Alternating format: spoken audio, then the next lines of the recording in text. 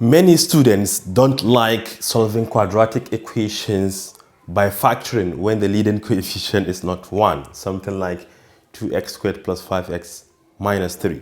So in this tutorial, I'm going to show you a simple trick to bypass this leading coefficient. First of all, take the leading coefficient and multiply by the constant term, which is definitely going to give us -6. So pretend as if you want to solve x squared plus 5x minus 6 instead, right?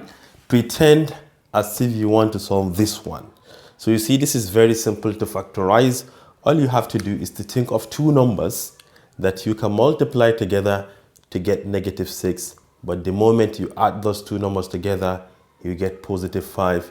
And the numbers definitely are -1 and +6. Yes. Once you multiply these two numbers together, you have to get -6. Add -1 and 6 together, you have to get 5. So to factorize this, pretend as if you are factoring this one, which is going to give us what? X minus 1 multiplied by what? X plus 6, something like this, right? Equal to 0. But this is not the actual equation, but this. And this one has a leading coefficient of 2. Take that 2 and divide then upon these two numbers. 2 here and 2 here, and you are done. This is either x minus 1 over 2 equal to 0, or the other one, which is x plus what? This is 3, because 6 divided by 2 is 3, equals 0, right? And you're done.